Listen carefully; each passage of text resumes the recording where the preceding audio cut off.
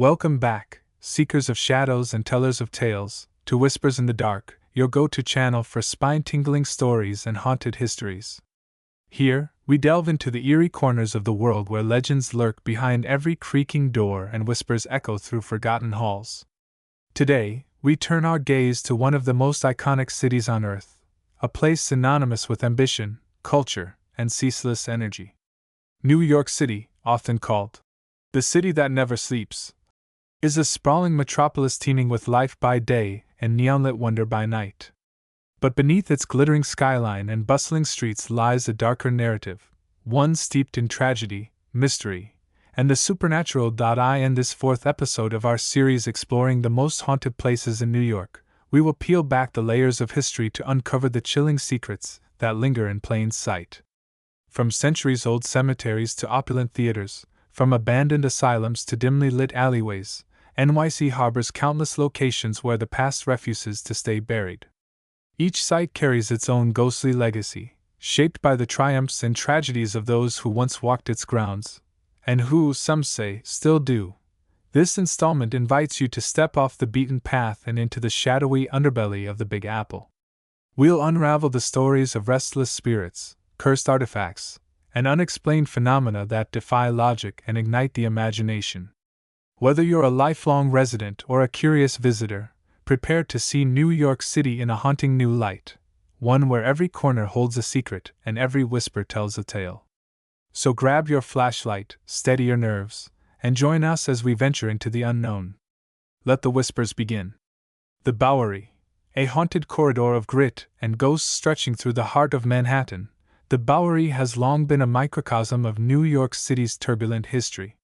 Once a Native American trail, this storied street evolved over centuries into a vibrant artery of commerce, culture, and conflict. Yet, for all its contributions to the city's growth, the Bowery also became a crucible of suffering, crime, and despair, a reputation that earned it a permanent place in the annals of urban legend and paranormal lore. Today, it stands as one of New York's most haunted corridors, where the echoes of its troubled past reverberate through time. The Bowery's transformation from a rural pathway to a bustling thoroughfare began in the 17th century when Dutch settlers established farms along its route.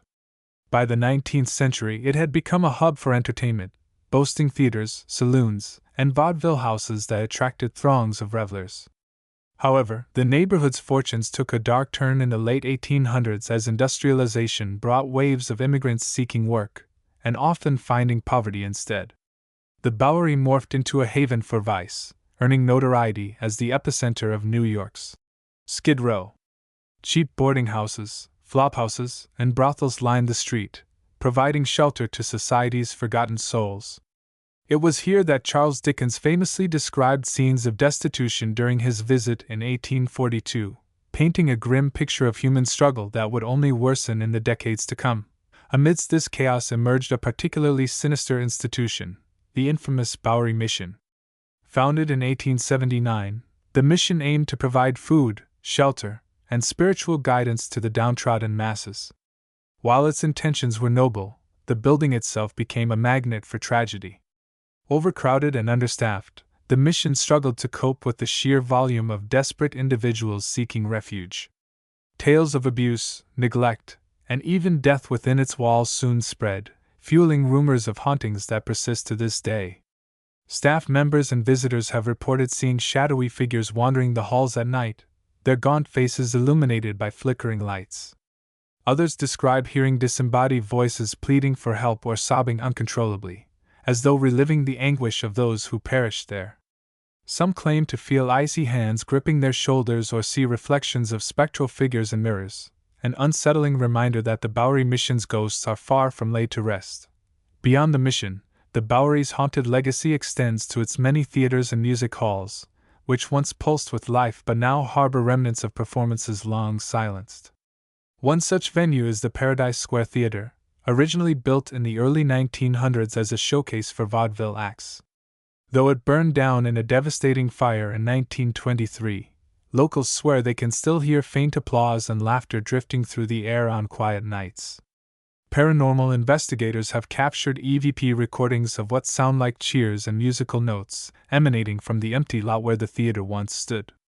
More disturbingly, eyewitnesses report seeing apparitions of performers dressed in period costumes, their faces frozen in expressions of terror, as if trapped in the moment of the blaze that claimed their lives. Even the modern Bowery, with its upscale boutiques and trendy restaurants, cannot escape the grip of its haunted past. Developers renovating old buildings frequently encounter inexplicable delays, equipment malfunctions, and eerie sensations that halt progress. Workers tasked with demolishing structures dating back to the 19th century describe feeling an oppressive weight pressing down on them, accompanied by sudden drops in temperature. In one chilling incident, construction crews unearthed a hidden basement containing rusted chains and fragments of clothing believed to belong to prisoners or asylum inmates. Since then, reports of ghostly figures roaming nearby streets have surged, leading some residents to believe that disturbing these relics awaken dormant spirits. What makes the Bowery uniquely terrifying is its ability to blend seamlessly with everyday life. Unlike remote ruins or isolated graveyards, this haunted corridor exists amidst the hustle and bustle of one of the world's busiest cities.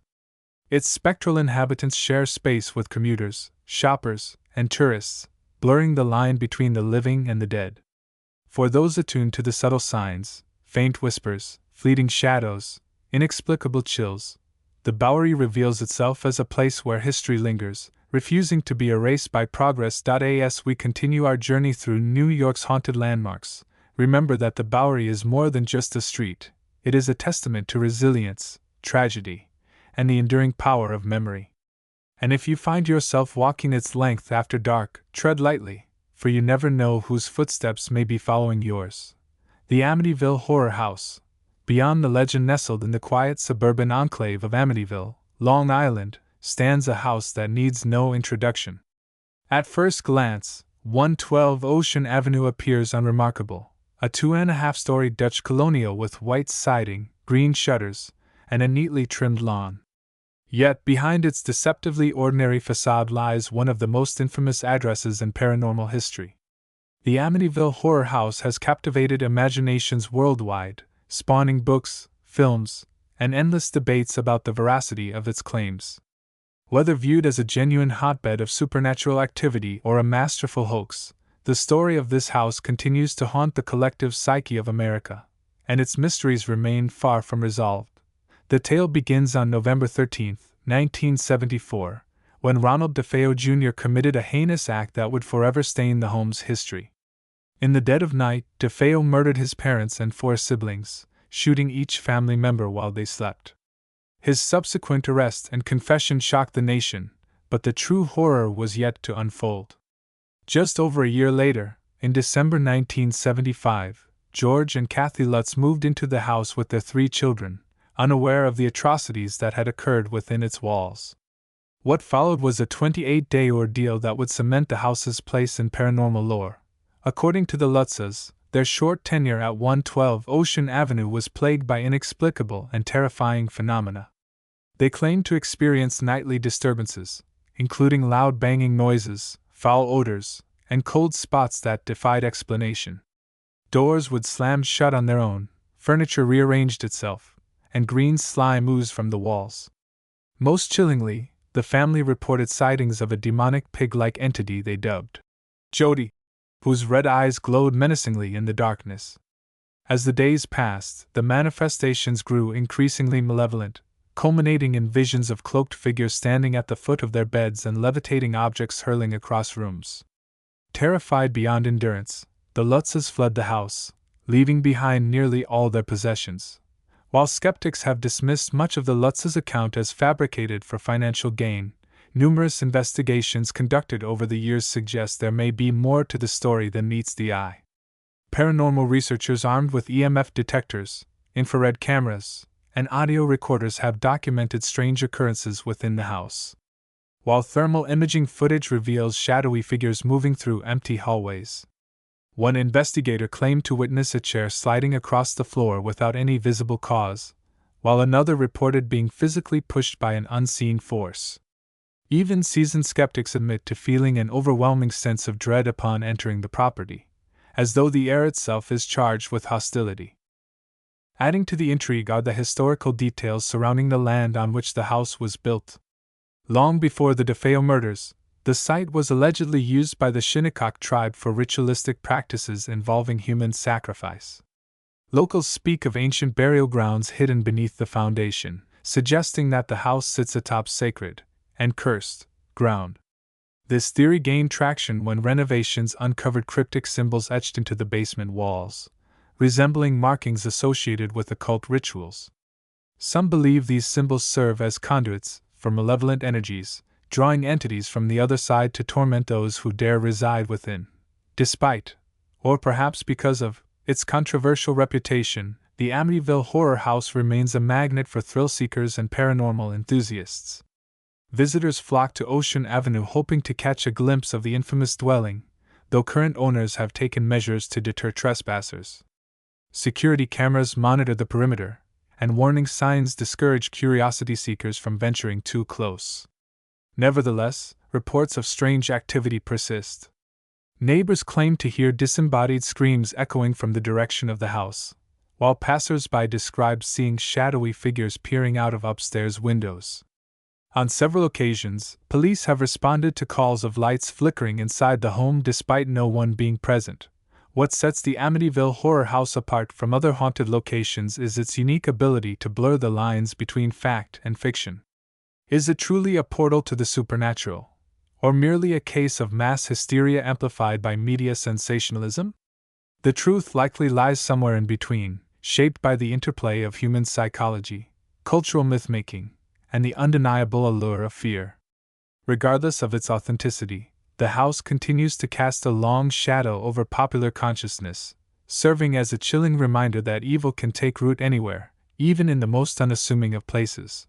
For those brave enough to delve deeper, the Amityville Horror House offers a tantalizing glimpse into the darker recesses of the human experience.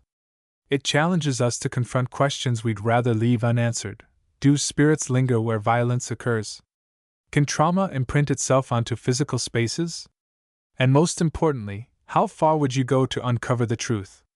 As we move forward in our exploration of New York's haunted heritage, let the story of 112 Ocean Avenue serve as both a cautionary tale and an invitation to look beyond the surface, listen closely to the whispers, and tread carefully where shadows fall.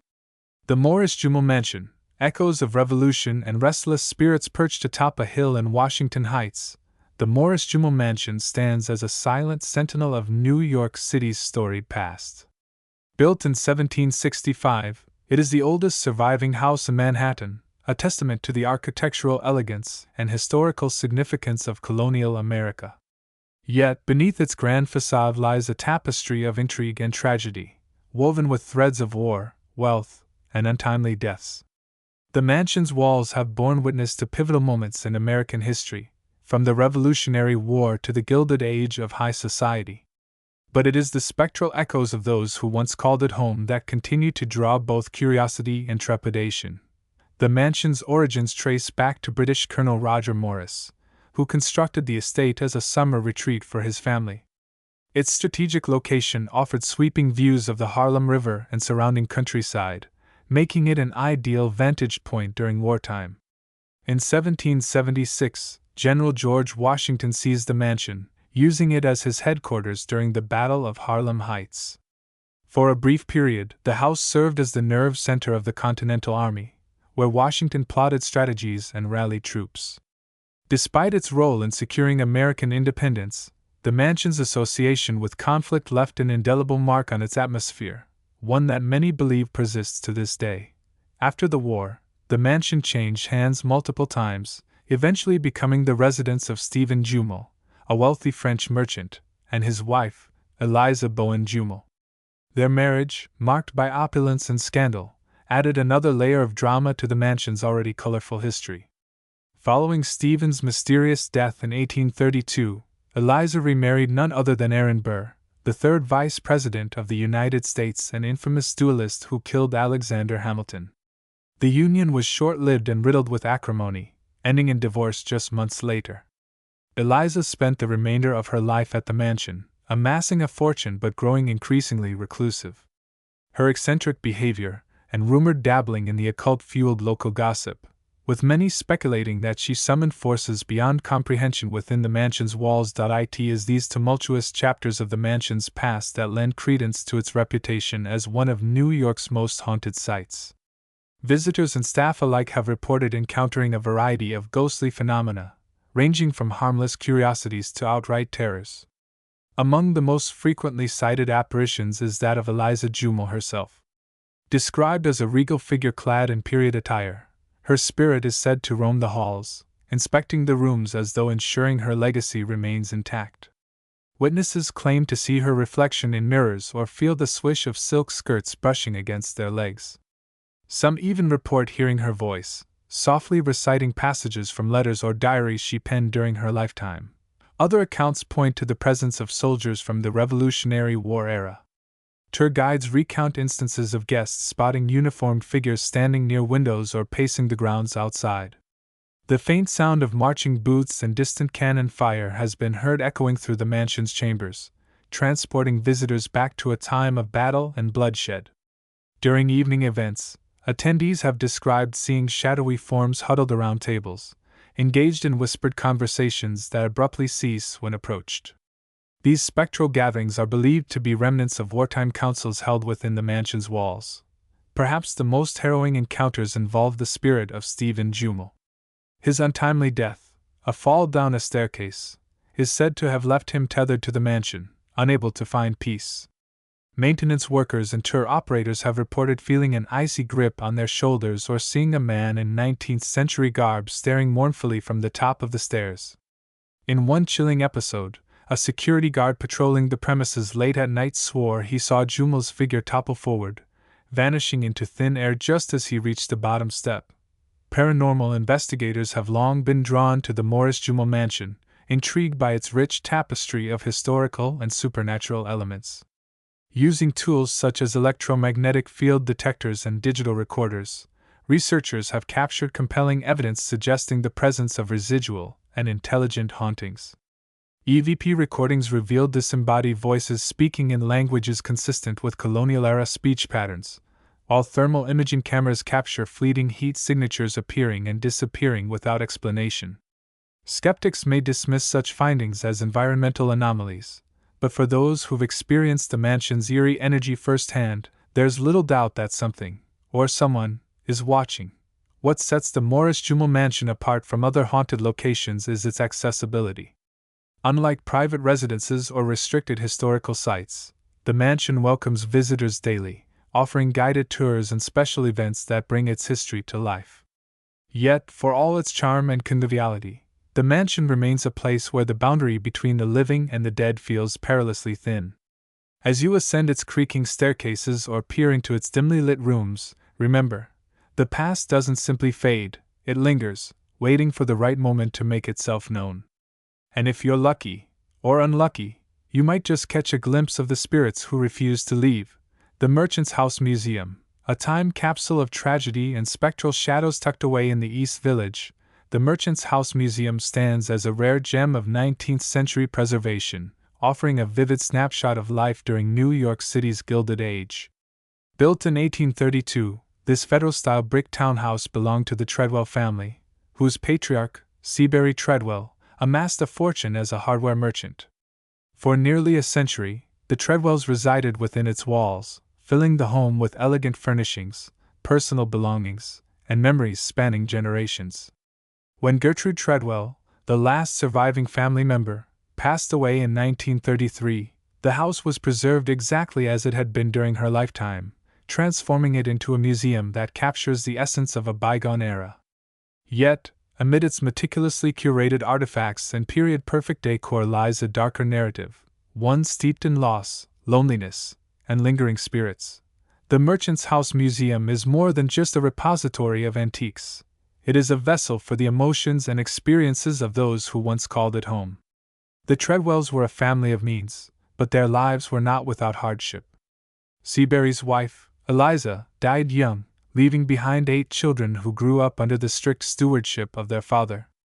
As the years passed, the family faced financial decline, forcing them to sell off assets and live increasingly secluded lives. Gertrude, the youngest daughter, never married and spent her final decades alone in the house, clinging to the past as the world around her changed. Visitors to the Merchant's House Museum often describe an uncanny sensation as they cross its threshold, as though stepping into a time warp. The air feels heavier, the silence more profound, and the shadows seem to stretch unnaturally across the floors. Many report hearing faint footsteps ascending the staircase, or the soft rustle of fabric as though someone is moving through the rooms. In the parlor, guests have spotted a woman in mourning attire sitting stiffly on the settee, her face obscured by a black veil. When approached, the figure vanishes, leaving behind only the faint scent of lavender, a fragrance Gertrude was known to favor. The second-floor bedrooms, where the Treadwell family spent much of their private lives, are said to be particularly active. Paranormal investigators have captured EVP recordings of voices whispering names and dates, while thermal cameras detect cold spots hovering near the beds. One recurring phenomenon involves the sound of a child laughing or crying, believed to be the spirit of one of the Treadwell daughters who died tragically young. Staff members recount instances of doors opening and closing on their own, as well as objects being moved or rearranged overnight. A curator once discovered a porcelain doll placed atop a dresser, despite having locked it away in a display case the previous evening. Such incidents lend credence to the belief that the house retains a consciousness of its own, preserving not just artifacts but also the essence of those who lived within. Perhaps the most spine-chilling tales stem from the basement, a dimly lit space that once housed the kitchen and servants' quarters. Workers tasked with maintenance or storage duties have reported feeling an overwhelming sense of dread as they descend the narrow staircase. Shadows dart across the walls, and disembodied voices call out in tones too faint to decipher. One electrician claimed to see a man in period clothing standing in the corner, his expression blank and unblinking. When the worker asked if he needed assistance, the figure dissolved into mist, leaving behind only the metallic tang of aged iron, a nod to Seabury Treadwell's profession. What makes the Merchant's House Museum uniquely haunting is its ability to evoke empathy alongside unease. Unlike other historic sites that focus solely on architectural splendor or decorative arts, this museum immerses visitors in the intimate details of daily life. Every piece of furniture, every photograph, and every handwritten letter tells a story, not just of prosperity, but of pain. The Treadwell struggles with illness, isolation, and societal expectations resonate deeply, creating an emotional connection that amplifies the supernatural ambience. For those attuned to the subtleties of the unseen, the house becomes a conduit for understanding the fragility of human existence. Modern-day explorations of the Merchant's House have yielded intriguing insights into its spectral inhabitants. Paranormal teams equipped with advanced technology have documented anomalies that defy logical explanation. Audio recordings reveal overlapping conversations and languages consistent with immigrant servants who worked for the Treadwells, while infrared footage shows translucent figures wandering aimlessly through hallways. Even skeptics admit to feeling a shift in energy as they explore the upper floors, as though the weight of countless memories presses down upon them. For those brave enough to visit, the Merchant's House Museum offers a rare opportunity to engage with history in a tangible way. Guided tours provide context for the artifacts and architecture, while evening events invite guests to experience the house after dark, a time when its ghostly residents seem most active. Yet, for all its charm and accessibility, the museum remains a place where the boundaries between worlds blur dangerously. Whether viewed as a sanctuary of preservation or a haunted relic, the Merchant's House reminds us that the past is never truly gone. It lingers in the creak of a floorboard, the flicker of candlelight, and the whisper of a name spoken too softly to hear. And as you walk its halls, remember, you are not alone. The Catskill Game Farm, a forgotten Eden haunted by memories nestled in the rolling hills of Hunter, New York. The Catskill Game Farm once stood as a sprawling sanctuary for exotic animals, attracting families and nature enthusiasts from across the country. Opened in 1963 by Werner Lowenstein, a German immigrant with a passion for wildlife conservation, the farm quickly became a beloved destination where visitors could interact with creatures ranging from giraffes and zebras to kangaroos and ostriches. At its peak, the 1,500-acre property housed over 2,000 animals, making it the largest privately owned zoo in the United States. Yet beneath its idyllic surface lay a fragile ecosystem teetering on the edge of collapse. When financial troubles forced the farm to close its gates in 2006, it left behind not just vacant enclosures but also a legacy of abandonment and haunting whispers of what once was. The story of the Catskill Game Farm is one of ambition colliding with reality. Lowenstein envisioned the farm as a haven for endangered species, a place where animals could thrive free from the confines of traditional zoos. Initially, the venture thrived, drawing crowds eager to feed deer, ride camels, and marvel at rare species up close. However, maintaining such a vast operation proved unsustainable. Rising operational costs, declining visitor numbers, and mounting debts created insurmountable challenges. By the early 2000s, the farm was struggling to keep its animals fed and cared for, prompting difficult decisions about relocation and euthanasia. When the gates finally closed, hundreds of animals were dispersed to sanctuaries and reserves, while others were left behind in hastily arranged adoptions. What remained was a ghostly shell of a once vibrant paradise.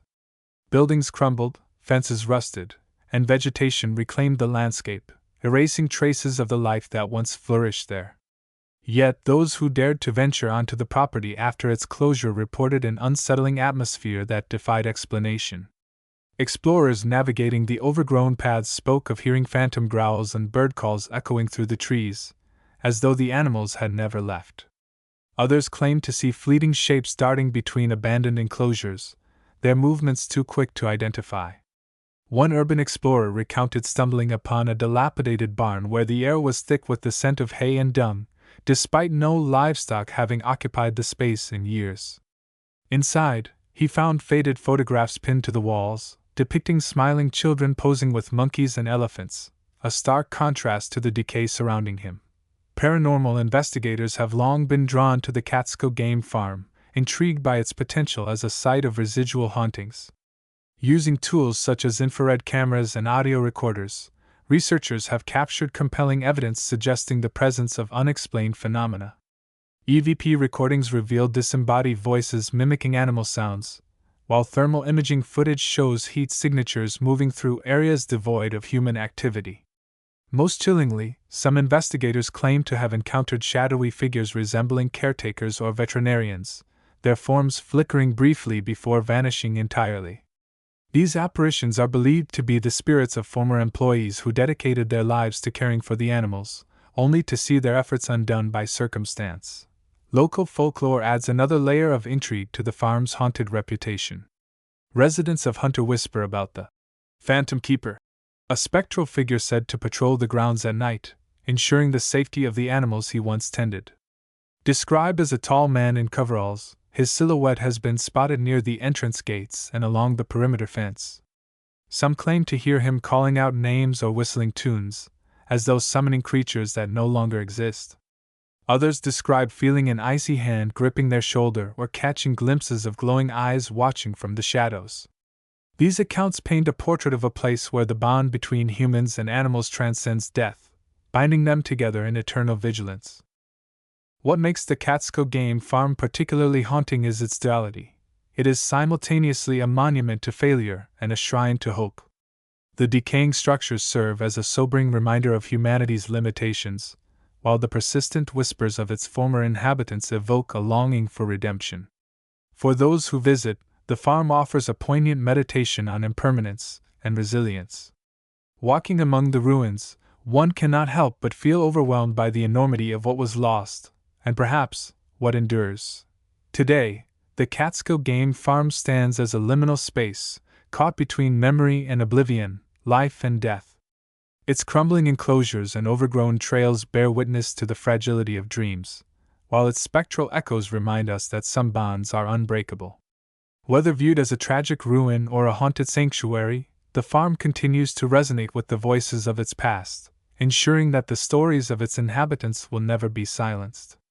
And as you tread cautiously through its forgotten pathways, remember, the animals may be gone, but their spirits linger, guarding the Eden they once called home. As we draw this chapter of our haunted journey through New York to a close, let us pause to reflect on the myriad stories that have unfolded before us. from the spectral corridors of the Bowery to the enigmatic walls of the Amityville Horror House, from the echoes of revolution at the Morris-Jumel mansion to the lingering whispers of the Merchant's House Museum, we have traversed a landscape rich with history, emotion, and the supernatural. These places are not mere settings for ghost stories.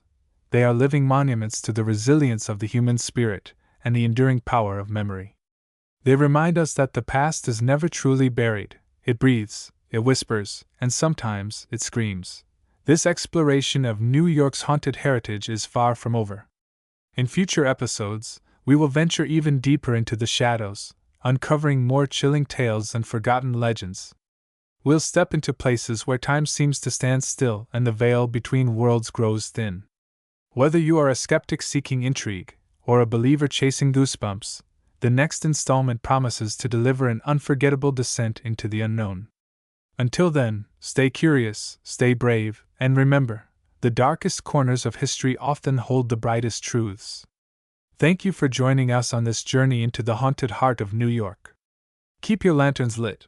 We'll see you soon.